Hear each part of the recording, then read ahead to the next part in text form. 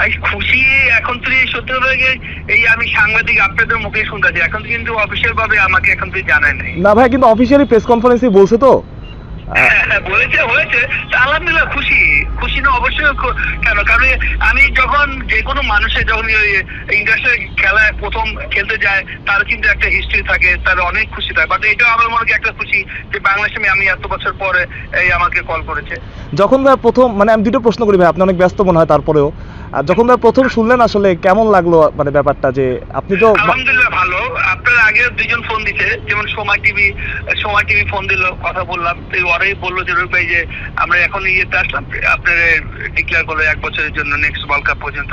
আলহামদুলিল্লাহ কাজ করি, দেখি ভাই একটা, সবাই আমার চিনি, আমি সবাইকে চিনি।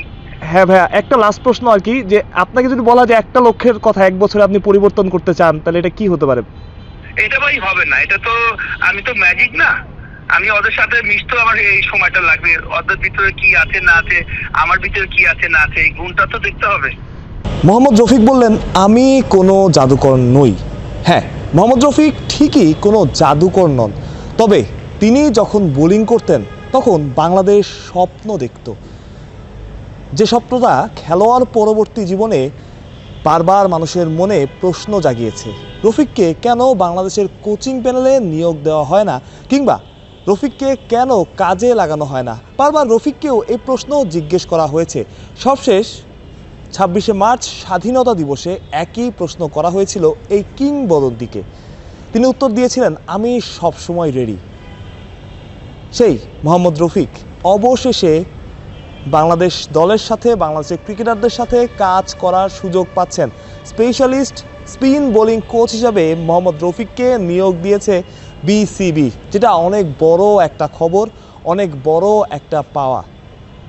অন্তত যারা এতদিন প্রশ্ন করেছেন, এতদিন জিজ্ঞেস করেছেন, এতদিন জানতে চেয়েছেন মোহাম্মদ রফিককে কেন জাতীয় দলের সাথে দেখা যায় না, মোহাম্মদ রফিককে কেন নিয়োগ দেওয়া হয় না, মোহাম্মদ রফিককে কেন দায়িত্ব দেওয়া হয় না, তাদের জন্য এই 1 বছরের সময়টা তিনি বয়সভিত্তিক ক্রিকেটারদের সাথে কাজ করবেন, জাতীয় দলের ক্রিকেটারদের সাথে কাজ করবেন, এবং যাদেরকে তিনি উপকৃত করতে পারবেন তাদের সাথেই মোহাম্মদ রফিককে দেখা যাবে, যেহেতু তিনি স্পেশালিস্ট স্পিন বোলিং কোচ, যেটা করেন মুশতাক আহমেদ, সেই কাজটাই তিনি করবেন। এবং তাকে নিয়োগ দেওয়ার পেছনে সবচাইতে বড় ব্যাপার হিসেবে কাজ করেছে রফিকের ইন্টারন্যাশনাল ক্যারিয়ার। এবং প্রেস কনফারেন্সে বলা হচ্ছে, এখনও যেভাবে মোহাম্মদ রফিক খেলেন সেটা ক্রিকেট বোর্ডকেও ভাবিয়েছে।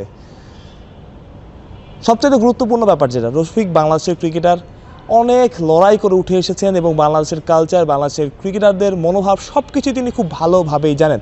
একসময় বাংলাদেশের হয়ে খেলেছেন, এখন অন্যভাবে বাংলাদেশের প্রতিনিধিত্ব করবেন। রফিকও বড্ড খুশি, অনেক খুশি, যেটা তার সাথে কথা বলার সময় আমরা বুঝতে পারছিলাম। তবে একটা জিনিস মনে করিয়ে দিয়েছেন, বোঝাতে চেয়েছেন হয়তো, হুটহাট কোনো কিছুর পরিবর্তন হবে না।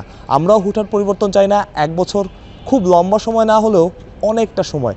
রফিক একটু হলেও সেই ছাপ রাখবেন, এবং এতদিন ধরে যারা বলে আসছেন কেন রফিককে দেখা যায় না, কেন অনেকে আফসোস করেছেন, সেই প্রতিদানটা তিনি দেবেন।